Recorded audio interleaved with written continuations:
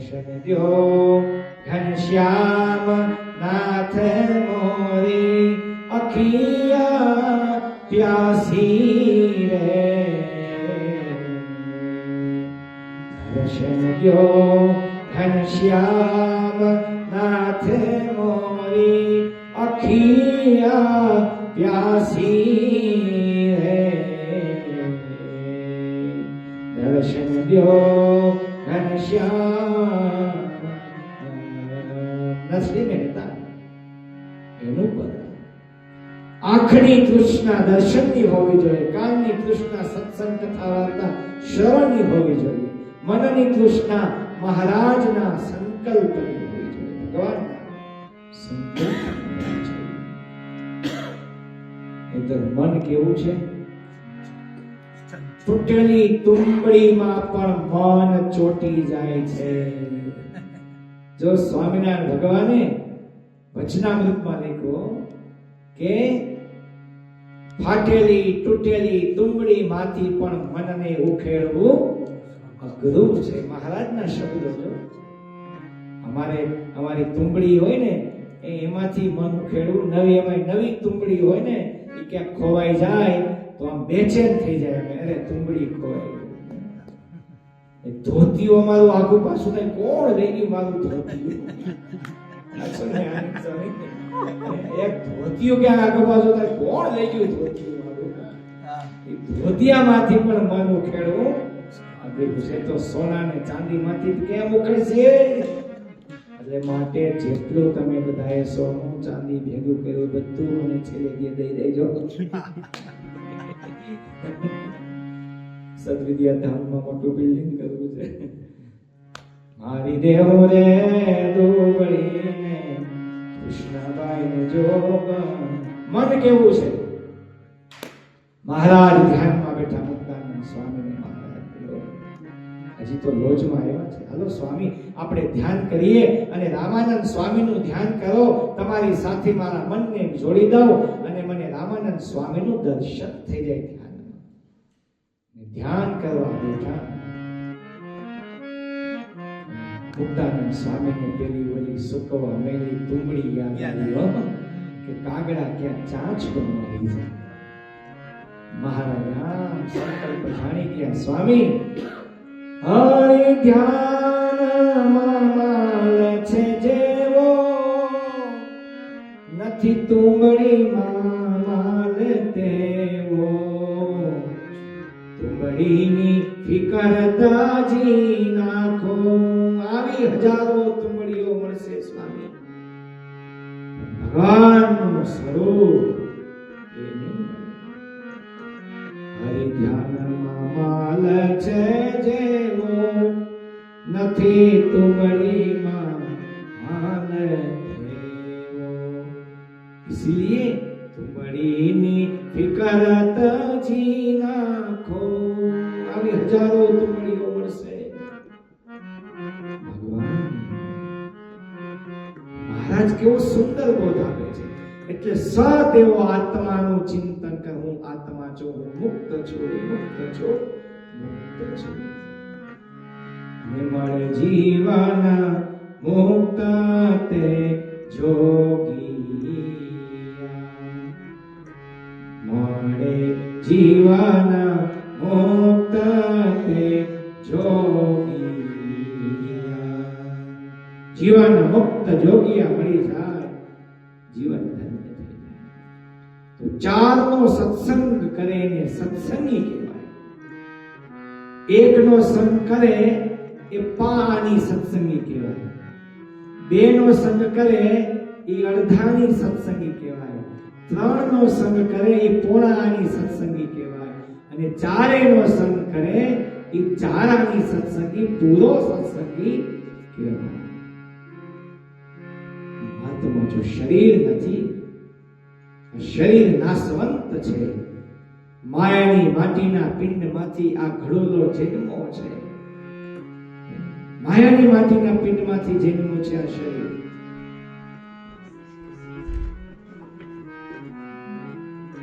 માયા બહુ સુંદર. વેદોમાં આ શરીરને કોસો વનમ કોસો વૃક્ષ આસી બ્રહ્મ વનમ બ્રહ્માસો વૃક્ષ આસી. માયાના જંગલના વૃક્ષોમાંથી ભગવાને આ માયાનું સુંદર મજાનું પિંડ બનાવ્યું છે. આ રમકડું છે જો, બહુ સુંદર.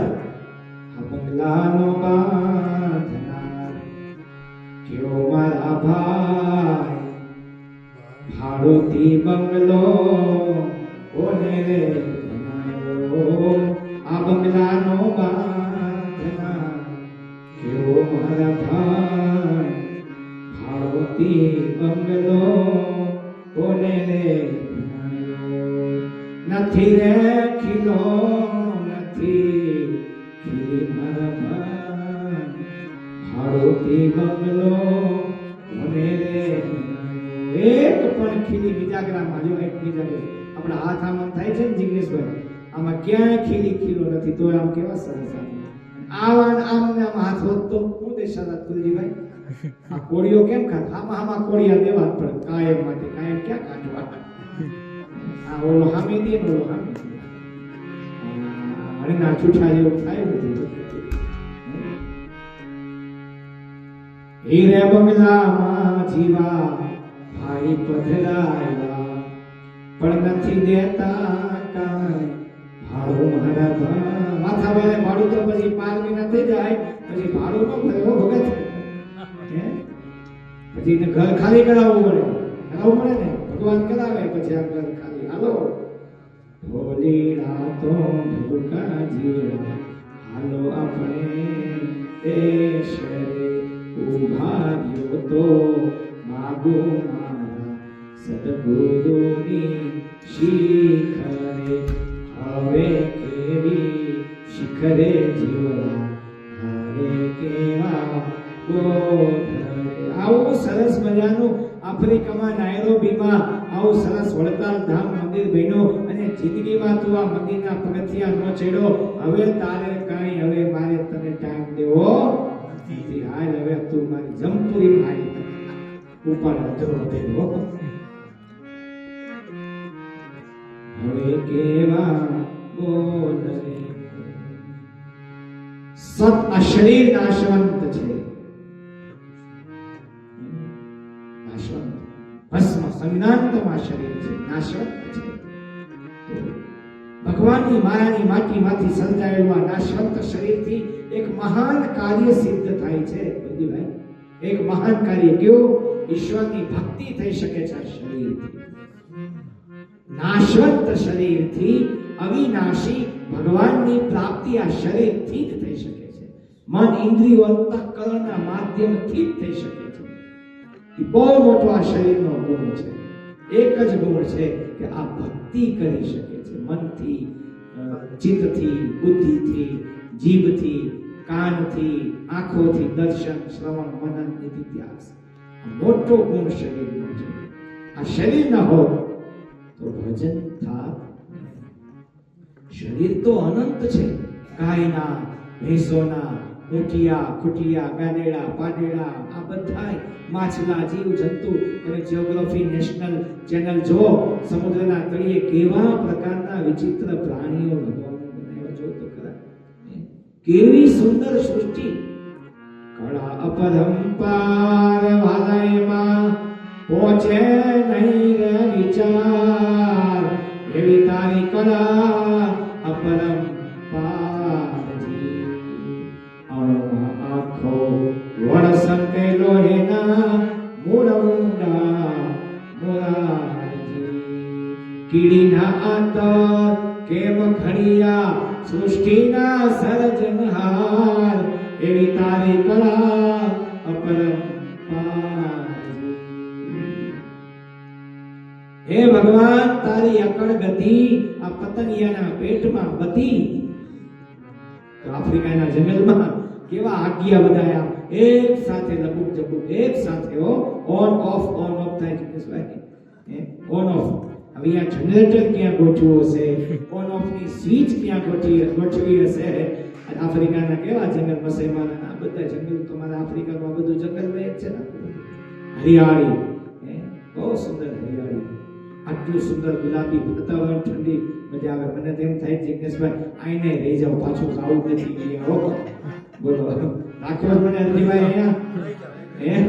તમે તો નાનો પાડો પણ આમ તો પકડો યાદ આવે એનું શું કરવું?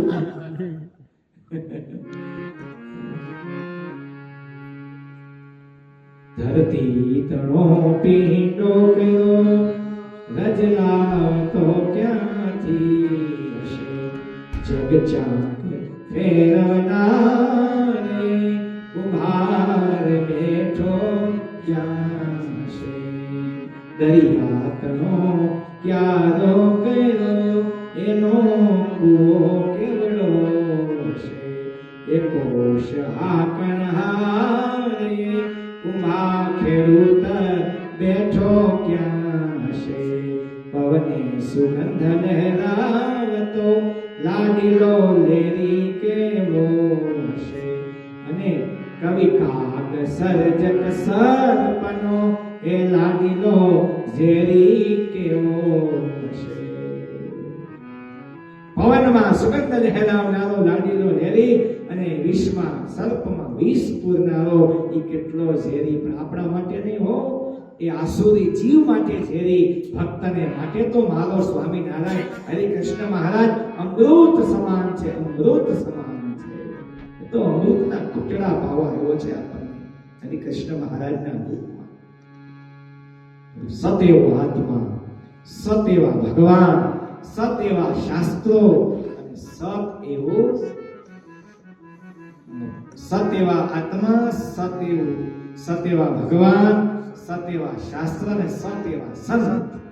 આ ચારનો સત્સંગ કરે એનું નામ સત્સંગી, પૂર્ણ સત્સંગી કહેવાય.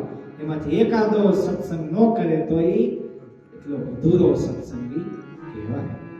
ભગવાન આપણને આવો સુંદર માનવ કાયા દુર્લભો માનુષો દેવો દેહિનામ ક્ષણભંગુર, દુર્લભો માનુષો દેહો દેહિનામ ક્ષણભંગુર, તથાપિ દુર્લભમ મન્યે વૈકુંઠ પ્રિયદર્શનમ, વૈકુંઠ પ્રિયદર્શનમ. આ ચારેયનો સત્સંગ કર્યા કરીએ. એનો સત્સંગ કરતા કરતા આપણે પૂર્ણ સત્સંગી થશું, અને પૂર્ણ સત્સંગી થયા પછી જ અક્ષરધામ એકાંતિક ભક્ત કહેવાશું. અને એકાંતિક ભક્ત થયા પછી જ ભગવાનના અક્ષરધામમાં પ્રવેશ મળશે. નહીતર છેલ્લી પંક્તિ ગાઈ દઉં. અક્ષરધામે કેમ જાશો જિજ્ઞાસો, અક્ષર જાતા રે માયા રોકશે, અક્ષરધામે કેમ જાશો જિજ્ઞાસો, અક્ષરધામે રે માયા રોકશે. અક્ષરધામમાં જવા માટે એકાંતિક સંત થયા સિવાય, સંત એટલે ભગવાન લુગડા પહેરે તો સંત એવું નહીં. ગૃહસ્થાશ્રમમાં પર્વતભાઈ જેવી સ્થિતિ હોય, દાદા ખાચર જેવી સ્થિતિ હોય, નૈનપુરના દેવજી ભગત જેવી સ્થિતિ હોય, નરસિંહ મહેતા જેવી, મીરાબાઈ જેવી, પ્રેમાનંદ સ્વામી જેવી, એકનાથ ને એના જેવી સ્થિતિ હોય, તુકારામ જેવી સ્થિતિ હોય. હજારો હરિભક્તો કચ્છમાં કેવા એકાંતિક ભક્તો થયા બધા. આપણા ગુજરાતમાં પણ કેવા એકાંતિક ભક્તો બધા. સ્વામિનારાયણ ભગવાન આમ ફંટી ખાઈને માણકીની ઘોડી આમ વડતાલ બાજુ દોડાવે હો, જ્યારે હોય ત્યારે વડતાલ બાજુ. દીપકભાઈ નો તમને કીર્તન માણકીએ ચડ્યા બોલ્યા હતા. માણકીએ ચડાવે મોહન વન માળી, શોભે રૂડી ઘરમાં લગાવ રૂપાળી, માણકીએ ચડાવે મોહન વન માળી. ચારેયનો સત્સંગ કર્યા કરીએ, જીવનને ધન્ય કરીએ. વિદેશમાં તમે બધા આવ્યા છો, અહીંયા આફ્રિકામાં, નાઇરોબીમાં ખૂબ કમાવો, ખૂબ ભગવાન ભગવાન સંપત્તિ આપે, આપણા અનેક પ્રકારના વિઘ્નો પણ ભગવાન હરિકૃષ્ણ મહારાજ દૂર કરે એટલી પ્રાર્થના સાથે પૂજ્ય આનંદ સ્વરૂપ સ્વામી અને અમારા બિપિનભાઈ હરિભક્તો બધાને ભાવથી જય સ્વામિનારાયણ સાથે અમારા જયકુમારને અમારા સેવા કરનારા આ વિપ્ર ભૂદેવોને જોરદાર તાલીઓ પાડો. કેવી સરસ અમારા ત્રણેય ભૂદેવો સિદ્ધાંત અને અમારે જય અને બીજા શું નામ છે? દીપકભાઈ આ બધા શાસ્ત્રીજી. આ શાસ્ત્રીજી એને પણ આપણે અભિનંદન આપીએ અને આચાર્ય મહારાજ શ્રીના રાકેશ પ્રસાદજી મહારાજના ચરણોમાં ચેરમેન શ્રી બધાની મારે દેવસ્વામી આ બધા સંતોને યાદ કરી અને મારે વિરામ અસ્તુ ભાવથી બધાની જય સ્વામિનારાયણ. બોલો હરિ કૃષ્ણ મહારાજની, લક્ષ્મીનારાયણ દેવ, શ્રી નરનારાયણ દેવ, શ્રી ગોપીનાથજી મહારાજ, શ્રી મદન મોહનજી મહારાજ, શ્રી રાધારમણ દેવની, વિઘ્ન વિનાયક દેવની, વિઘ્ન હનુમાનજી મહારાજની. ઓમ નમઃ પાર્વતી પતये હર હર મહાદેવ.